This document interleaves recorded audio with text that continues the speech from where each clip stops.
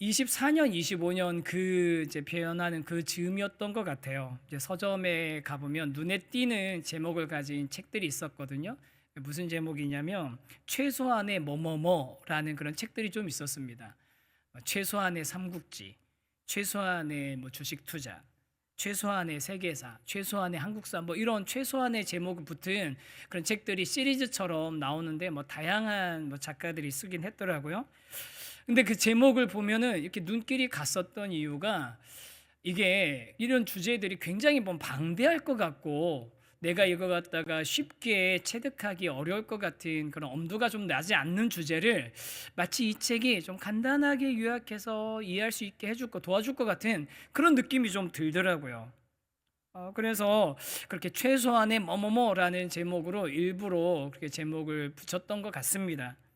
그런데 제가 이제 지난주에 계속 이제 사도행전 말씀을 이어서 좀 이제 묵상하면서 준비하다가 보니까 스데반의 설교가 이제 나오잖아요. 스데반이 이제 유대인들과 논쟁을 일으킨 이후에 설교가 나오는데 이 설교의 내용에 보니까 우리가 알아야 되는 최소한의 구속사가 그 안에 들어있는 거예요. 창세기부터 시작해서 예수 그리스도에 이르기까지 정말 핵심적인 내용이 그 안에 이렇게 딱 압축되어서 담겨 있는 것을 보게 됐습니다. 그렇게 이 스데반이 유대인들 향해 율법과 관습에 지금 찌들어져 있어서 굳어져 있었던 유대인들에게 전한 그 설교 안에 담겨 있는 최소한의 구속사, 그 최소한의 구속사 안에 있는 하지만 최대의 복음의 의미를 저와 여러분이 그 의미를 좀 오늘 살펴보고 우리 각자의 마음도 한번 하나님 앞에서 점검할 수 있는 그런 시간이 되었으면 좋겠거든요. 그래서 우리가 한번 처음으로 생각해 봐야 될 주제는 바로 이겁니다. 한번 같이 한번 읽어보겠습니다. 시작. 성전과 율법을 둘러싼 자유민들과의 논쟁. 스데반이 이제 그 유대인들과 논쟁이 일어나게 됩니다. 성령과 지혜 그리고 은혜와 권능에 충만했던 스데반이 예루살렘에서 자유인들과 논쟁이 있었다라고 하는데 그냥 유대인이라고 하지 않고 자유인들과 논쟁이 있었다라고 합니다. 자유인이라는 게 무슨 뜻이냐면요, 리버티노라고 해서 이 사람들이 어떤 사람이냐면 이 당시로 생각했을 때 한 100년 전쯤에 유대 땅이 로마에 의해서 이제 점령을 당하고 그리고 많은 사람들이 전쟁 포로로 끌려가게 됩니다. 노예로 끌려가게 된 거죠. 그런데 끌려갔던 사람들이 거기서 자유를 얻어서 해방됐고 또 해방된 이들의 후손들이 다시 유대 땅으로 돌아온 사람들을 가리켜서 자유인들이라고 특별히 표현을 한 겁니다.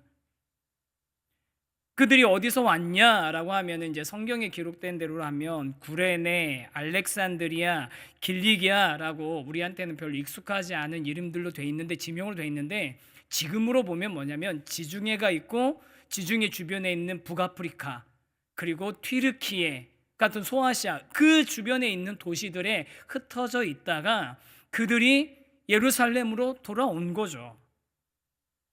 그러니까 우리가 지난 시간에 설명드린 그 개념으로 하면 이 자유인들도 어떤 유대인이냐면 헬라 문화권, 그리스 여러 그 문화에 그리스 로마 문화에 영향을 받은 헬라 문화권에 있던 헬라파 유대인들이었던 겁니다. 이 헬라파 유대인들과 함께 이제 헬라파 유대인들이 예루살렘에 와서 자기들끼리 또 문화와 언어 이런 것들이 좀 익숙하다 보니까 그런 공통점을 배경으로 함께 회당을 만들고 거기서 공동체를 형성하고 있었던 것 같아요. 그들과 스데반이 이제 논쟁이 붙은 겁니다.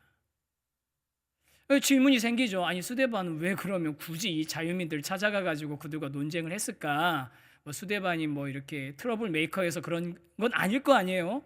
우리가 일곱 집사를 뽑을 때 이 일곱 집사가 칭찬받는 사람들이라고 분명히 기록이 돼 있었으니까 그런 사람들은 아니었단 말이에요. 그런 사람은 아니었을 거란 말이에요. 그런데 그럼 왜 스데반이 이렇게 자유인들 헬라파 유대인들 중에 특히 자유인이라고 불리는 이들과 함께 가서 논쟁을 일으켰느냐라고 하면 스데반이 이 사람들에게 복음을 전했던 거예요. 근데 여러분 아시잖아요. 스데반 그리고 일곱 집사가 다 어떤 배경을 가지고 있다고요? 히브리파 유대인과 헬라파 유대인 사이에 구제에 관한 불균형 문제가 생기니까 그들 중에 이것을 관장해 줄 주관할 사람들 대표를 뽑되 히브리파 유대인들이 헬라파 유대인들의 당신들이 맡아서 해줘라 해서 7집사가 다 헬라식 이름을 가지고 있는 사람들이었다고. 그러니까 스데반 자신이 헬라파 유대인이었던 거예요. 자기와 문화적으로 언어적으로 유사성이 가지고 있는 배경이 비슷한 사람들을 스데반이 1차적인 복음의 전파의 대상으로 생각했던 겁니다. 그 얘기는 무슨 얘기냐면 우리가 7집사를 뽑아서 교회에 구제하는 일을 맡겼으니까 사도들은 말씀만 가르치고 7집사는 구제만 하고 행정만 봉사만 했을 거라고 생각하는데 그게 아니라는 겁니다. 7집사들이 그 직분자들이 교회를 잘 섬기면서도 동시에 틈만 나면 기회만 있으면 복음을 전하려고 애썼던 거예요. 복음을 전하는데 누구에게 먼저 전하려고 한 겁니까? 자기와 언어와 문화적인 유사성이 있는 사람들에게 가서 먼저 전하려고 애썼던 겁니다. 여러분, 복음을 전하는 데에는요, 전하는 자나 받아들이는 자나 다 그 극복해야 되는 장벽들이 있습니다. 복음을 전하는 사람들의 입장에서의 장벽을 이제 선교 그 이론에서 뭐라고 하냐면 장벽, 월이라고 합니다. 뛰어넘어야 되는 장벽이라고 해요. 그리고 받아들이는 입장에서 극복해야 되는 그 장애를 뭐라고 하냐면 협곡, 캐니언이라고 하시죠. 협곡이라고 합니다. 전하는 자는 뛰어넘어야 되는 장벽, 벽이 있고 받아들이자는 극복해야 되는 협곡이 있는 건데요. 장벽 중에 전하는 자가 뛰어넘어야 되는 장벽 중에 대표적인 게 언어와 문화거든요. 그 유활의 선교사님이라는 분이 계세요. 우리나라에 1940년대쯤인가 오셔서 호남 지방을 중심으로 선교 사역을 하셨던 여자 선교사님이거든요. 플로렌스 이 루트라는 선교사님이신데 한국식 이름이 유활의 선교사님이에요. 근데 이 선교사님이 이제 한국에 오신 지 얼마 안 돼 가지고 전라도 신안 지역에 가서 복음을 전하는데 이제 성도들이 모여서 같이 말씀 듣고 뭐 이렇게 했을 거 아닙니까? 그러면서 이제 현지 성도들이 이제 저녁 때가 돼 가지고 선교사님한테 뭐라도 좀 대접을 좀 하고 싶은데 외국인이고 여자인 이 선교사님한테 뭘 어떻게 대접해 드릴지 이제 감이 안 오니까 가서 선교사님 좀 어떻게 뭐라도 좀 드셔야 되지 않겠습니까? 라고 했더니 이 선교사님이 뭐라고 답했냐면 그러면 남자 좀 삶아 주시오. 남자 좀 삶아 주시오 그런 거예요. 그러니까 사람들이 깜짝 놀란 거죠. 아니 여자 백인 선교사님이 남자를 삶아 달라네. 사실 이렇게 남자가 아니라 감자 좀 삶아 주세요. 많이 비슷하겠죠. 기억 다음에 니은이니까. 감자 좀 삶아주세요. 감자가 정확하게 단어가 생각이 안 나서 남자라고 하신 거예요. 그러니까 이처럼 문화와 언어를 뛰어넘는다는 게 그걸 뛰어넘어서 다른 문화권에 있는 사람들한테 복음을 전하는 게 생각보다 쉬운 일은 아닙니다. 생각보다 쉬운 일이 아니에요. 우리 캄보디아 단기 선교팀이 잘 다녀왔는데 오늘 이제 해단식 한다고 하더라고요. 아마 해단식에 가면 내년에 또 가자 이런 얘기들 나올 거예요. 그럼 내년에 또 가려면 우리가 뭘 해야 될까? 당장 캄보디아어라도 좀 배워보자 뭐 그런 얘기들 아마 나오지 않을까요? 아마 나올 겁니다.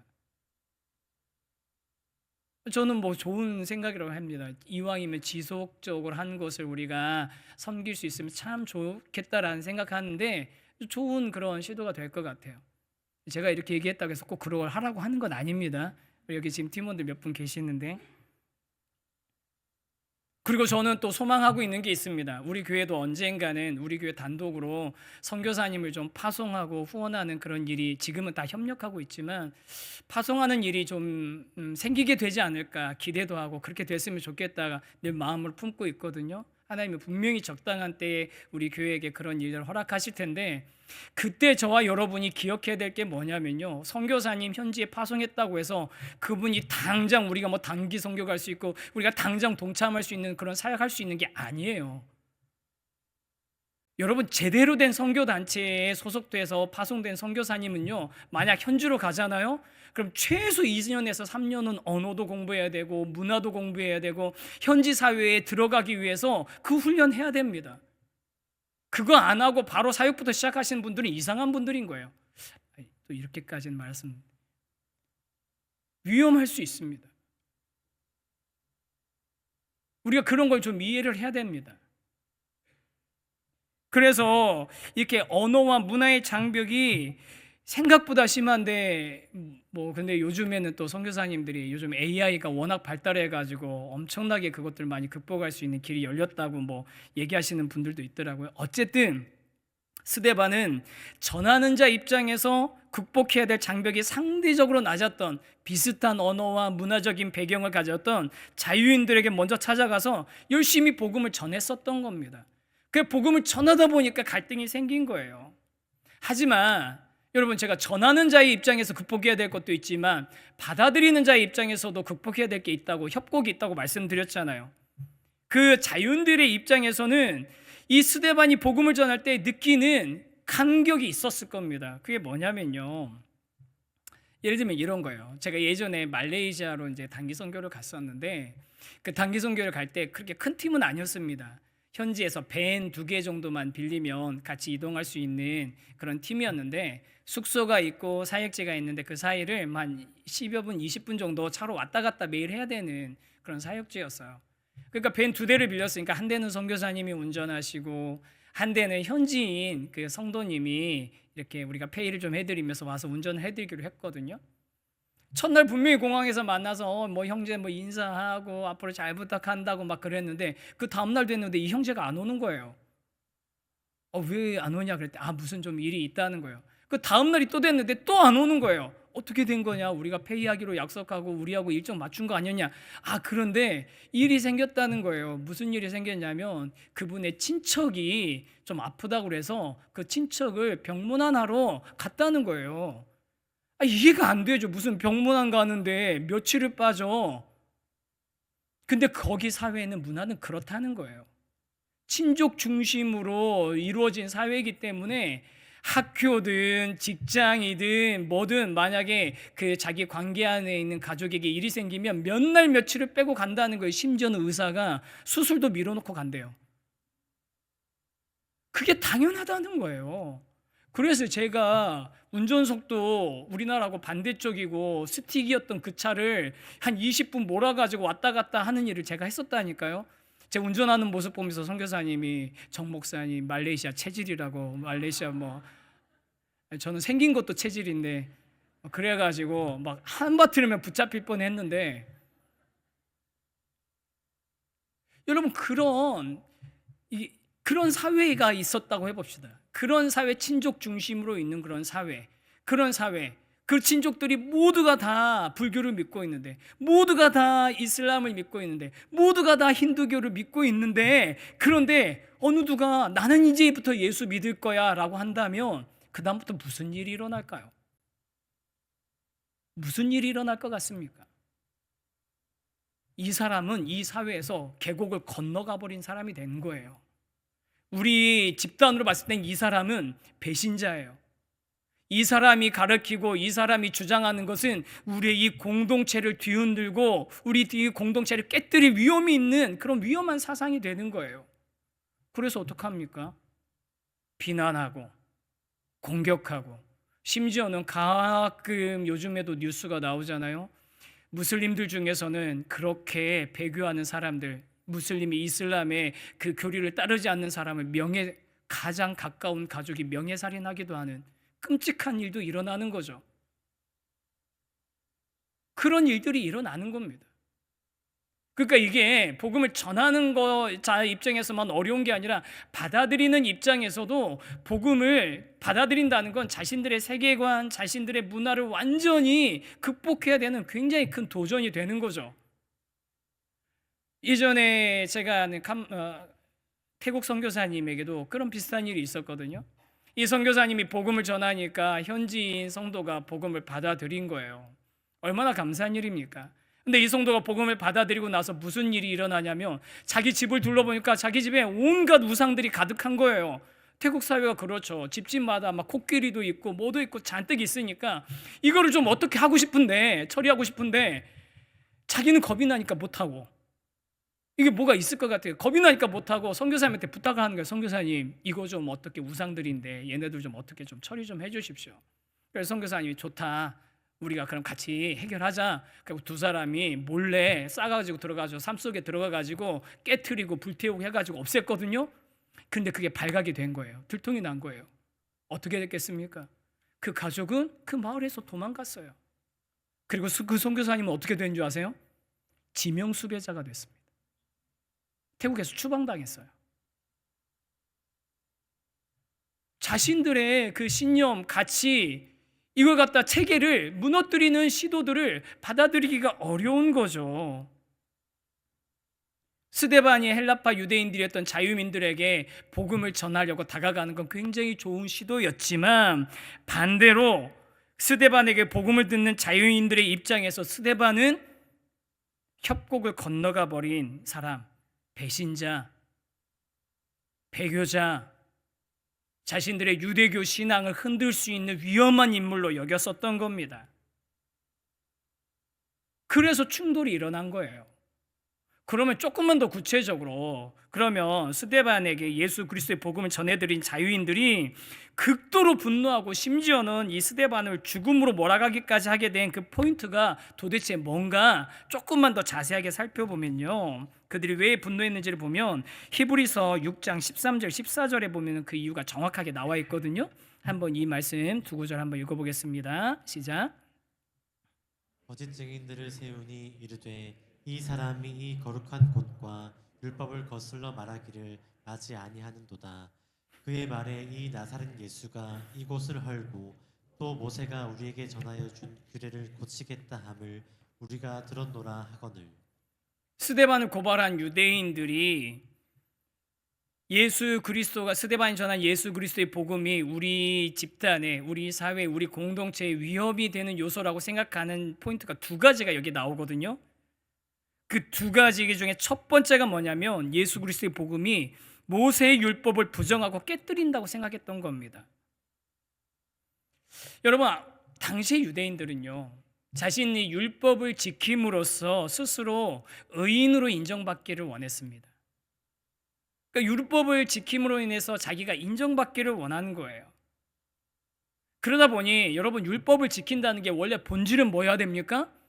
하나님이 원하시는 삶을 살아야 되는 게 율법을 지키는 거의 본질이 돼야 되는데, 그런데 율법을 지킴으로 내가 의롭다라는 걸 인정받아야 되니까 이 유대인들이 가장 관심 있는 율법은 뭐겠어요? 외적으로 자신의 의로움을 드러낼 수 있는 율법들에 관심이 많죠. 그게 뭐였습니까? 안식일 지키는 거, 정결 예식 같은 거, 이런 데에 온통 관심이 있었어요. 그러니까 유대인들이 율법을 중요하게 여겼다고 해서 그 당시 예수님 당시에 이들이 모든 율법을 다 중요하게 여긴 게 아니라 안식일 겉으로 드러나는 거잖아요. 정결 예식, 손 밥 먹을 때 뭐 할 때 드러나는 거잖아요. 이 겉으로 드러나서 내가 의로운 존재라고 인정받게 되는 쪽에 온통 관심이 가 있었던 겁니다. 그러다 보니까 예수님께서 오셔서는 뭘 하셨어요? 율법의 그 외형을 지키는 게 중요한 게 아니라 그 율법의 진짜 정신을 지키는 게 중요하다. 하나님이 그 율법을 왜 준 것 같으냐? 이 율법의 정신을 지켜야 된다라고 얘기하시니까 예수님과 그 당시 유대인들과 충돌이 일어났던 거잖아요. 여러분, 예수님이 율법을 폐기하기 위해 오셨습니까? 구약에 주신 하나님의 그 율법과 예수님이 가르치신 말씀이 서로 충돌하고 배치되는 겁니까? 그렇지 않죠. 예수님이 분명하게 말씀하십니다. 내가 율법을 폐하러 온 것이 아니라 율법의 1.1획이라도 없어지지 않게 하려고 완성하러 왔다.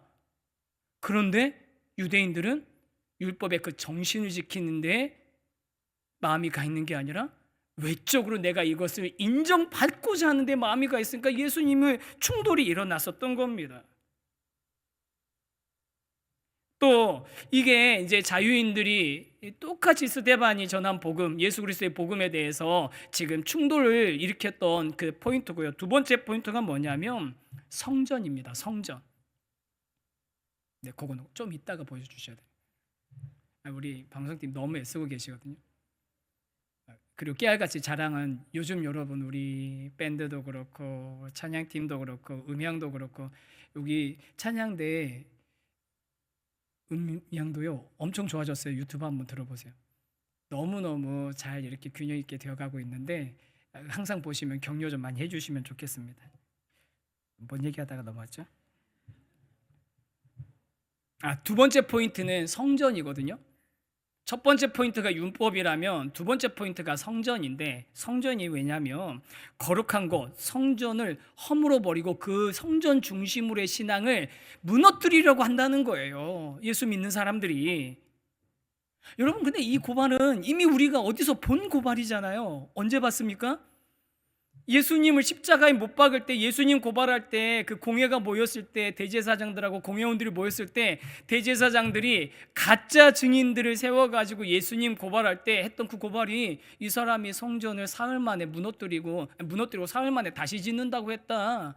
여러분, 그 말씀이 예수님 자신이, 참 성전 하나님이신 자신이 죽으시고 사흘 만에 부활하실 것에 대한 말씀이신데도 불구하고 그들이 그렇게 예수님을 모함했던 거잖아요. 거짓 증인으로 똑같은 방식으로 스데반을 고발하고 있는 겁니다.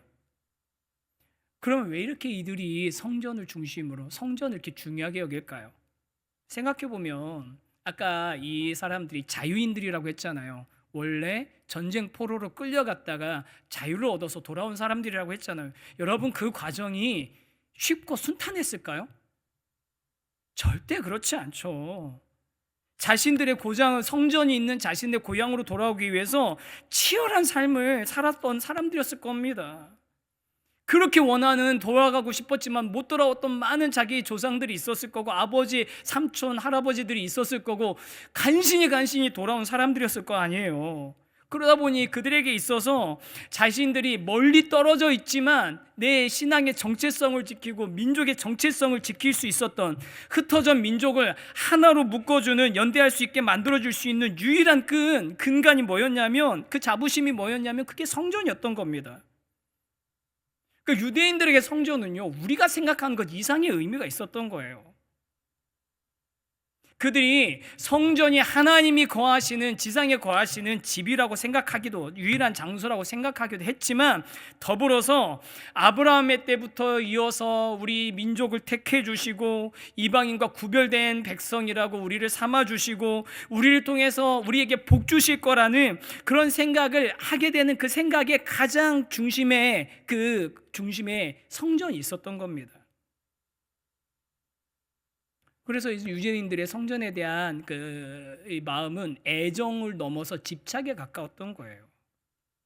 그리고 애정을 넘은 이 집착을 가장 잘 이용했던 그룹이 그 대제사장이나 사두개인 같이 성전 종교인들이죠.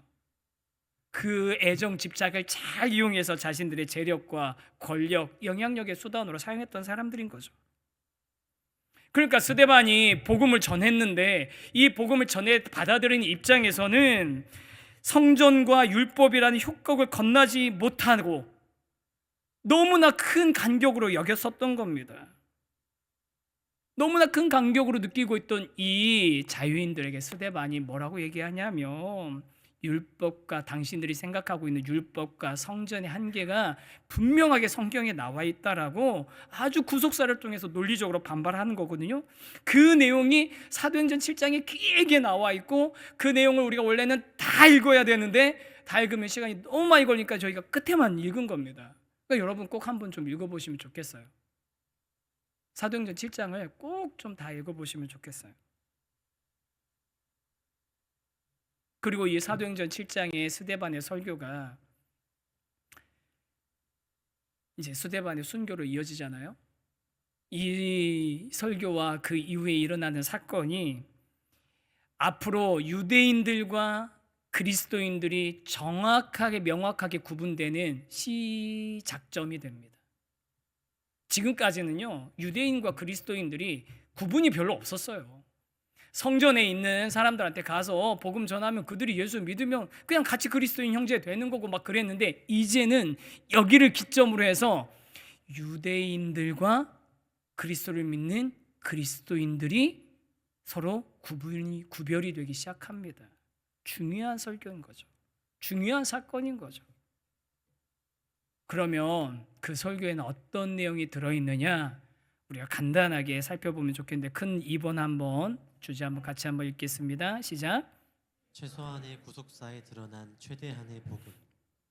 최소한의 구속사에 드러나 있는 최대한의 복음이 들어있습니다. 여러분, 스데반의 설교의 첫 번째 포인트는 뭐냐면요, 하나님의 임재는 성전이라는 장소, 건물에 제한되지 않는다는 겁니다. 유대인들이 예루살렘의 성전만이 하나님의 유일하고 절대적인 처소라고 믿고 있었지만, 스데반은 오히려 예루살렘이란 땅에 성전이란 건물이 세워지기 전부터 하나님은 역사하고 계셨음을 성경을 통해서 이야기하고 있는 겁니다. 우리가 요즘 큐티하고 있는 창세기 아브라함 이야기, 하나님이 아브라함을 부르셨을 때 어디 있을 때 부르셨습니까? 메소포타미아 있을 때, 하란에 있을 때, 가나안 땅이 아니에요. 이 이스라엘 민족들이, 유대인들이 저기는 이방이라고 생각하는 그 땅에 있을 때 아브라함을 불러오셨다는 거예요. 여러분, 요셉이 하나님의 역사, 이 민족을, 큰 민족을 이루는데 크게 사용되는데 어디서 그렇게 크게 사용됐습니까? 애굽 땅에서, 이집트에서 그렇게 사용됐다는 거예요. 모세, 이스라엘 민족이 그렇게 가장 추앙하는 민족의 지도자 모세, 어디서 하나님의 부름 받았습니까? 어디서 하나님 만났습니까? 미디안 광야에서, 시내산에서 하나님의 율법 받았다는 거예요. 그러니까 그들이 구원의 역사가, 하나님의 임재하심을 경험하고 하나님의 구원의 역사가 일어나고 하나님이 부르시고 찾아오셨던 그런 역사가 특정한 장소나 지역, 건물에 제한되지 않는다는 사실을 명확하게, 그것도 그들이 가장 중요하게 여기는 아브라함과 모세 같은 이야기를 들어서 논증을 하고 있는 겁니다. 사랑하는 성도 여러분, 저와 여러분이 오늘 다시 한번 기억하길 원합니다. 하나님의 역사와 임재, 예수 그리스도의 복음의 사역은 건물에 예속되지 않습니다. 건물에 예속되지 않습니다. 장소에 예속되지 않습니다. 여러분, 한국 기독교가 요즘 많이 쇠퇴했다고 얘기해요. 실제로 많이 쇠퇴했습니다. 최근 몇 년 사이에 우리 기독교인 숫자가 막 뚝뚝 떨어지고 있어요. 코로나 때부터 아주 그게 심각해지고 있는데, 많은 분들이 그 원인들 분석하는 뭐 글도 쓰고 논문도 쓰고 책도 쓰고 그러거든요. 저도 관심 있게 보는데 여러 원인들이 있지만 그 중에 하나 보면, 그 쇠퇴의 원인 중 하나를 꼭 뭐를 드냐면, 교회가, 기독교인들이 이 한국 사회에서 사회적인 신뢰가 하락됐기 때문이라고 얘기합니다. 사회적인 신뢰가 하락됐고 그것이 자연스럽게 다음 세대들이 이탈하는 이유가 되고, 그러다 보니 자연스럽게 또 교인들의 수가 감소로 이어지고 있다고 거의 공통적으로 이야기하고 있어요. 그러면 왜 한국 교회가, 그리스도인들이 사회적인 신뢰가 이렇게 하락했냐, 신뢰도가 하락됐냐? 뭐 여러 가지 원인들이 있죠. 목회자의 부정이나 타락도 있고 뭐 여러 가지 이야기 있지만 그 중에 하나가 또 뭐가 있는지 믿냐면요, 한국 교회가 그 동안에 막 성장할 때 한국 교회가 뭘 했냐면, 성장하고 나면, 성도 수가 늘어나고 나면 항상 뭘 했습니까? 건물 짓는 거예요. 으리으리한 건물 짓고, 지어놓고 나서 그 건물을 가지고서 뭐라고 하냐면은 이게 성전이라고, 그렇게 한국 교회가 가르친 거예요. 그런데 여러분, 밖에서 보면 뭐 하는 것처럼 보입니까? 저거 뭐 기업이네, 저거 비즈니스네, 뭐 이렇게 많이 재정이 막 생기고 하면은 뭐 사옥 짓고 하는 것처럼 뭐 비즈니스, 종교 비즈니스 하고 있네라고 생각하고 있어서, 안 그래도 그것 때문에 사회, 교회에 대해서 안 좋은 시각을 갖게 되는데, 거기다가 딱 활용 점정이 뭡니까? 그렇게 교회 잘 지어놓고 나서 목사님이 자기 자녀들한테, 대형교회 목사님들이 세습해 주는 거. 몇 번이나 그런 일들이 있었죠. 아직도 심심치 않게 그런 일들이 일어나고 있죠. 그걸 보면서 사람들이 고개를 저으면서 나가는 겁니다. 야, 세상에서도 저렇게 안 한다. 여러분, 제가 이 얘기 말씀드리는 게 뭐 건물이 없어야 되고 공간이 없어야 된다고 말씀드리는 게 아닙니다. 당연히 건물도 필요하고 공간도 필요합니다. 우리 교회는 뭐 이렇게 체육관에서 예배드리다 보니까, 여러분, 체육관에서 예배드리니까 제가 저 토요일 저녁에 이렇게 설교 준비하면요, 핸드폰을 몇 번을 보는지 몰라요. 지금 몇 도인데, 내일 아침에 몇 도네, 내일 아침 영하 11도인데 어떡하냐, 우리 주차부 집사님들 어떡하냐, 본당 추울 텐데 어떡하냐. 우리 제가 작년쯤에 이렇게 너무 좋아했던 거 기억나시죠? 우리 교회도 드디어 열선이 깔렸습니다. 할렐루야, 이제 제사하러 안 와도 됩니다. 근데 지난 금요일 저녁에 눈 왔잖아요. 눈 와서 걱정하고 있는데, 안 그래도 우리 목사님 중에 한 분이 또 학교 확인해가지고 학교에서 열선 틀어졌답니다 하고 사진도 딱 보내주고 안심이다, 감사하다 하고 토요일 아침에 딱 왔는데 웬걸요? 열선이 있는 라인만 딱 눈이 녹아있고 나머지 눈이 잔뜩 있는 거예요. 여러분, 토요일 아침에 엄청 고생했어요. 세팅하러 오신 분들이. 여자분들이 의자 다 깔고 남자들은 다 나가가지고 제설하고, 저도 막 이거 블로우 하나 들고 가서 막 하고 있는데, 그날 제자훈련 리트릿 마지막 그 워크숍 하는 날이어가지고 막 하고 있는데, 그 전에 어쨌든 치워야 되니까 막 하고 있는데 누가 옆에 와서 딱 서더라고요. 목사님 하고 해서 딱 봤더니 강사로 오시는 양승원 목사님이신 거예요. 그러니까 목사님 빨리 오셨다고 이제 들어가자고 해서 이제 불러 드리고 이제 가는데, 저를 바라보는 그 양승원 목사님이 눈빛이 왠지 측은하게 바라보는 눈빛. 저 목사님 고생하네. 근데 여러분, 저는요 눈치 없는 거 하나도 멋있게 하지 않습니다. 그냥 걱정이, 우리가 체육관이고 이렇게 언덕 있고 그래서 걱정되는, 우리 혹시 성도님들이 불편할까 봐, 혹시 성도님들이 어려우실까 봐, 그것만 걱정이지, 여러분, 건물이, 장소가, 공간이 하나님의 임재를 보장하는 게 아닙니다. 그걸 중심으로 우리가 신앙생활을 해서는 안 되는 거예요. 그런 면에서 여러분, 우리 교회는 너무 좋은 교회예요. 아멘. 왜 좋은 교회입니까? 매주 예배 올 때마다 건물이 교회가 아니구나를 우리가 경험하고 있잖아요. 건물이 교회가 아니구나, 우리가 교회구나.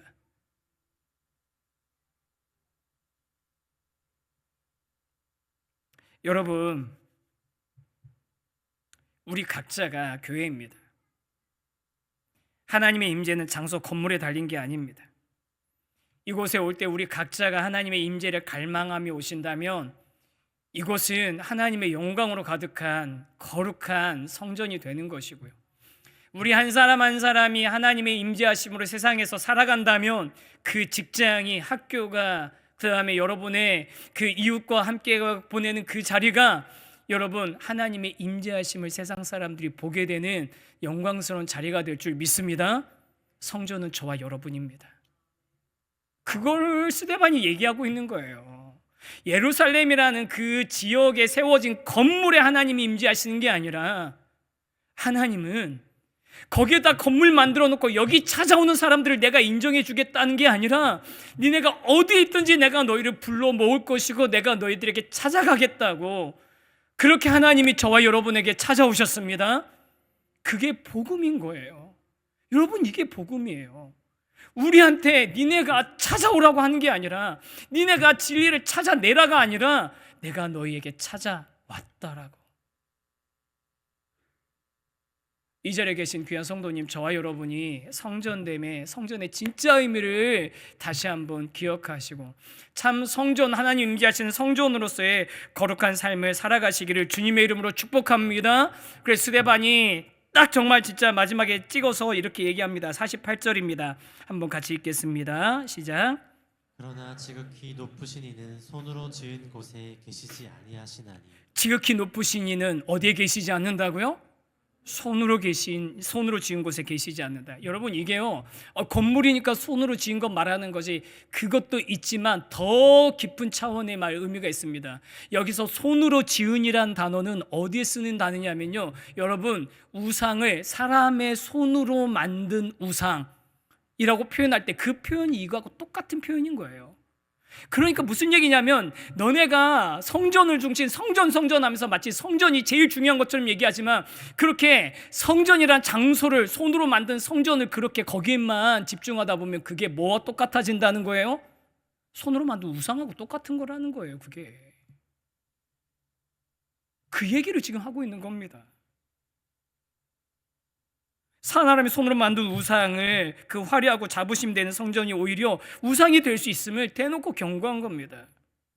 그래서 가장 완전한 성전을 지었다고는 솔로몬도, 그 위에 선지자들도 하늘에 하늘이라도 하나님을 담을 수 없거늘 어떻게 이 조그만 건물에 하나님을 담겠습니까? 그렇게 고백했던 거 아닙니까? 사랑하는 성도 여러분, 저와 여러분에게 성전은 어디입니까? 우리가 하나님을 만나고 하나님의 임재하심을 경험하는 성전은 어디입니까? 바로 저와 여러분이 있는 바로 그 자리가 하나님의 임재하심을 경험하는 성전인 줄 믿습니다. 제자의 삶이 뭡니까? 그 주님을 날마다 우리 삶에서 경험하는 게 제자의 삶인 거죠. 하나님의 임재하심을 경험하는 거.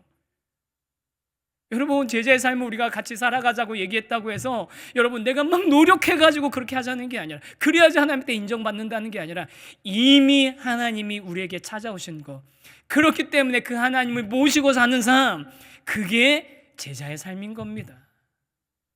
우리 올 한 해 그렇게 한번 살아보시죠. 그 하나님을 인정하면서 좀 살아보시죠. 그 하나님을 느끼면서 좀 살아보시자는 거예요. 그리고 한 가지만 더 말씀드리면 뭐냐면, 성전에 관해서 이야기했고, 두 번째가 포인트가 뭐냐면, 그 이스라엘 백성들이 율법을 강조하지만 정작 율법을 강조하면서 하나님께 니네가 순종하지 않고 있었다라고 얘기하는 거예요. 모세 율법을 지키지 않고 위협한다고 스데반을 고발했지만, 오히려 스데반은 이스라엘 백성이 율법을 지키지 않는 배반자였다고 적나라하게 고발합니다. 이스라엘 12지파의 조상들, 야곱의 아들들 말하는 거예요. 야곱의 그 아들들이 하나님이 세우신 구원자죠. 하나님이 세우신 구원자인 이 요셉을 어떻게 합니까? 시기하고 질투해서 팔아버렸잖아요.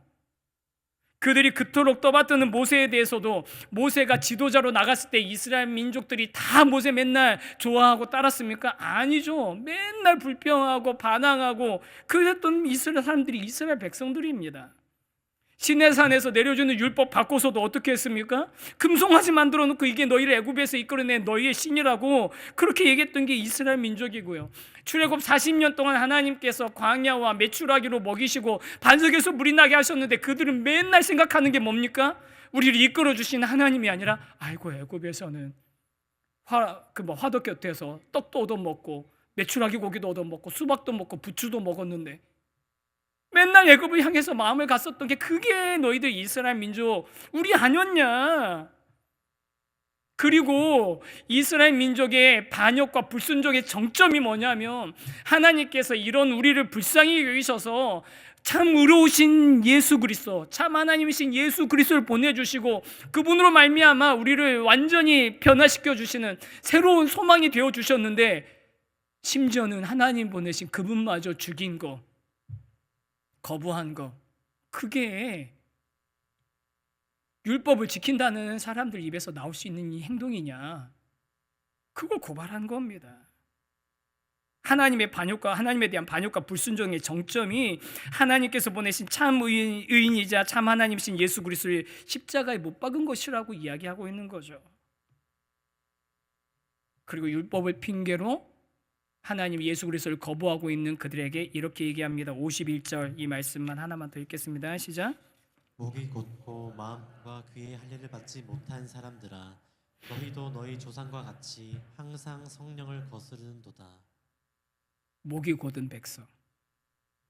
이거 하나님이 모세를 향해서 이스라엘 백성을 가르칠 때 몇 번을 하셨던 말씀이고, 야, 저 백성들이, 너희 백성들 목이 곧았다, 목이 뻣뻣하다. 여러분, 목이 곧다, 목이 뻣뻣하다는 게 무슨 뜻인 줄 아세요?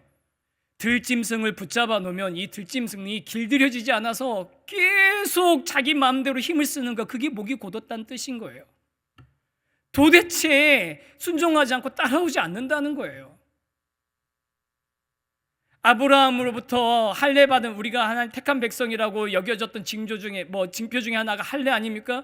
그런데 육신의 할례는 받았는데 마음과 귀에는 할례 받지 않고 도대체 하나님의 뜻하고는 상관없는 삶을 살고 있는 거, 그게 이스라엘 백성이라는 거예요.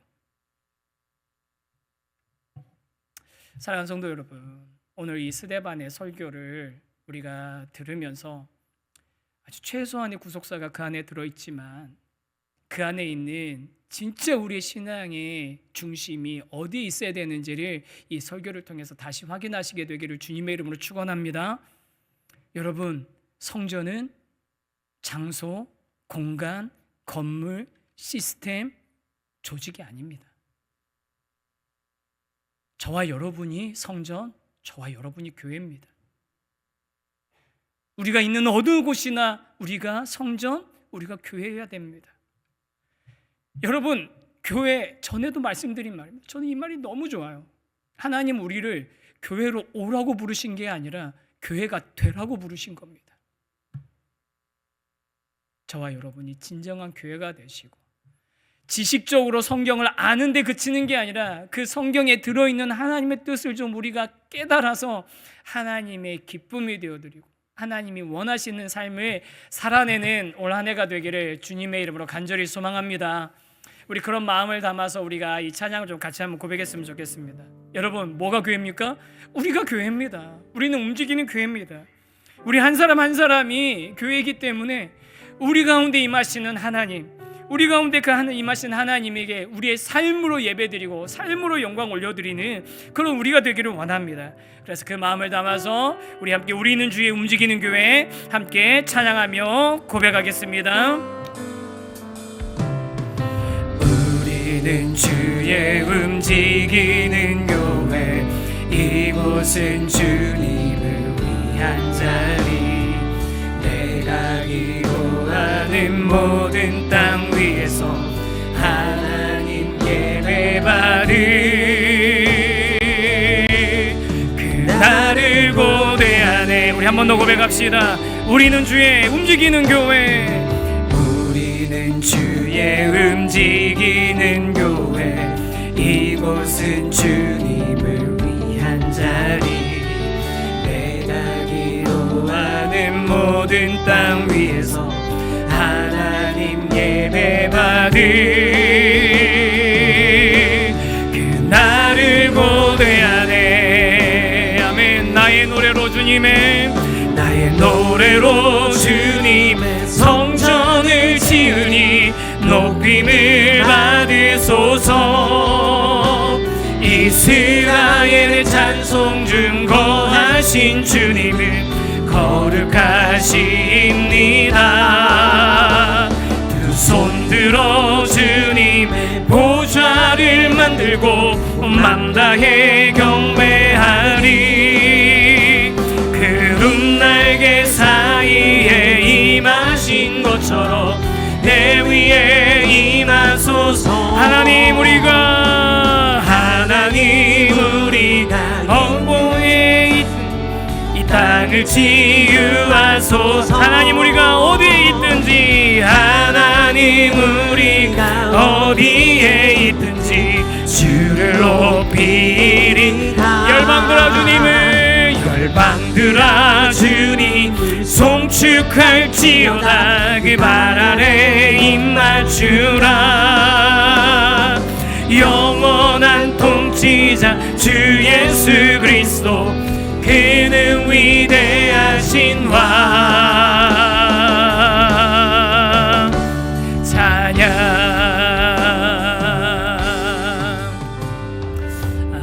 우리 교회 되신 여러분, 성전이신 여러분, 저와 여러분이 정말로 주님의 움직이는 교회입니다.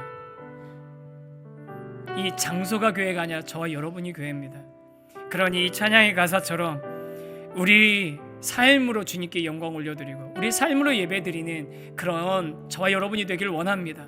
우리 그런 마음을 가지셨으면 우리 함께 같이 일어나서 이 찬양 다시 한번 부를 때 정말 주님을 향해서 간절한 고백으로 함께 고백합시다. 우리는 주의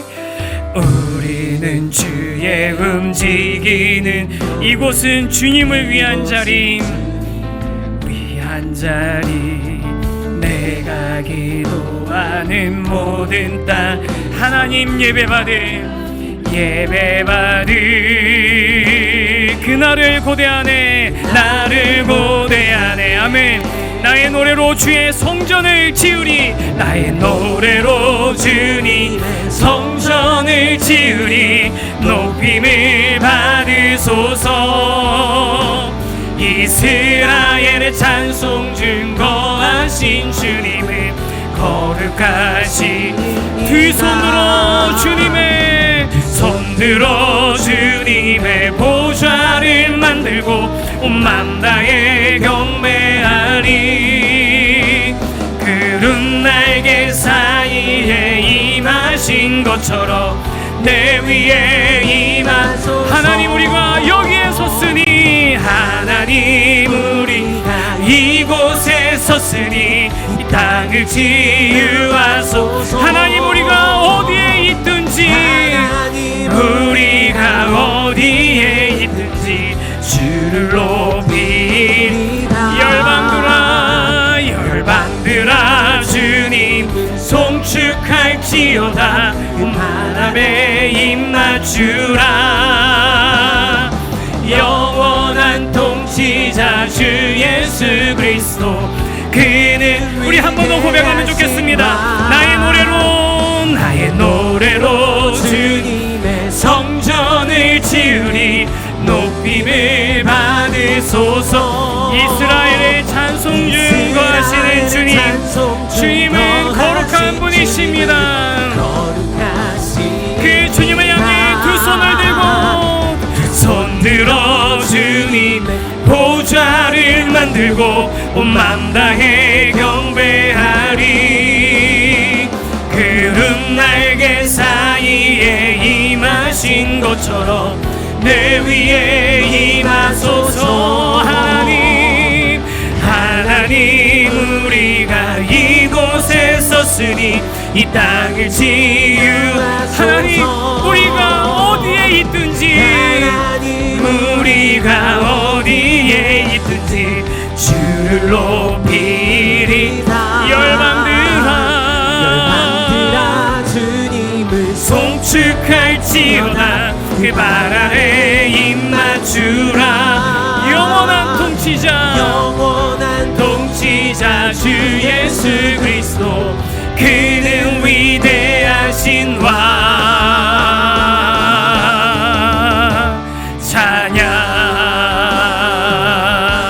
찬양. 우리 이 시간 같이 한번 기도하길 원합니다. 우리 스데반의 설교가 바로 저와 여러분을 향한 설교입니다. 건물이 중요한 게 아니라 시스템이 중요한 게 아니라 우리 한 사람 한 사람이 하나님께서 찾아오시고 임재하시는 성전이고 우리가 교회라고 하셨습니다. 그러니 우리가 삶으로 주님께 예배하고 삶으로 주님께 영광 올려드리는, 말씀을 많이 아는 게 중요한 게 아니라 그 말씀대로 하나님의 뜻을 따라 살기 위해 몸부림치는 그런 한 해가 되어야겠습니다. 우리 함께 그렇게 기도할 때 주님 나를 인도하시고 이끌어 주시고 내 안에 임재하시는 주님을 신뢰하며 주님을 높여드리는 삶 되게 하여 주시옵소서. 우리 한번 같이 한번 기도하길 원합니다. 함께 기도합시다. 거룩하신 하나님 아버지 감사합니다. 하나님 우리를 교회로 불러주신 주님, 우리를 교회라고 불러주시고 우리를 성전으로 삼아주신 주님, 우리에게 찾아와 주시고 우리 가운데 임재하시는 주님을 찬양합니다.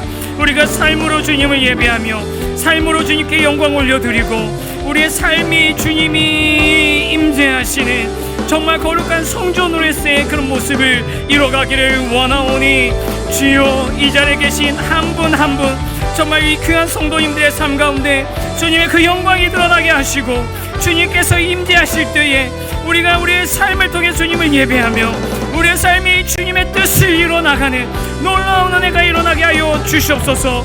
우리가 함께 모여 주님을 예배하며 우리가 함께 주님을 찬양하며 함께 주님 그 길을 같이 걸어가는 한 해가 되기를 원합니다. 그렇게 우리가 제자의 삶을 살아내기를 원합니다. 주님 붙드시고 인도해 주시옵소서. 주님을 찬양합니다. 감사드립니다.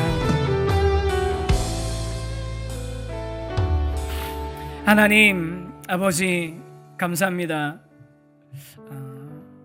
어떤 지역에 있는 어떤 장소에 있는 어떤 특정한 건물이 성전이 아니라 우리 한 사람 한 사람이 하나님이 임재하시는 성전이고 우리 한 사람 한 사람이 교회라는 것에 다시 한번 확인시켜 주셔서 감사합니다.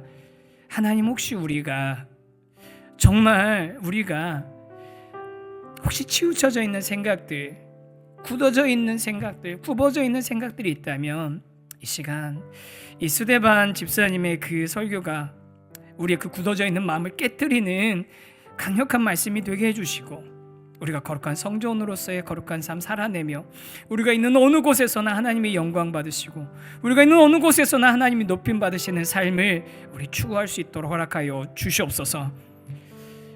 지금은 우리 주 예수 그리스도의 은혜와 하나님 아버지의 크고 놀라우신 사랑과 성령님의 역사하심이 성전된 우리의 삶으로 주님께 영광 돌려드리길 소망하는 모든 성도님들의 머리 위에, 그 삶 위에 지금으로부터 영원토록 함께 하시기를 간절히 축원하옵나이다. 아멘.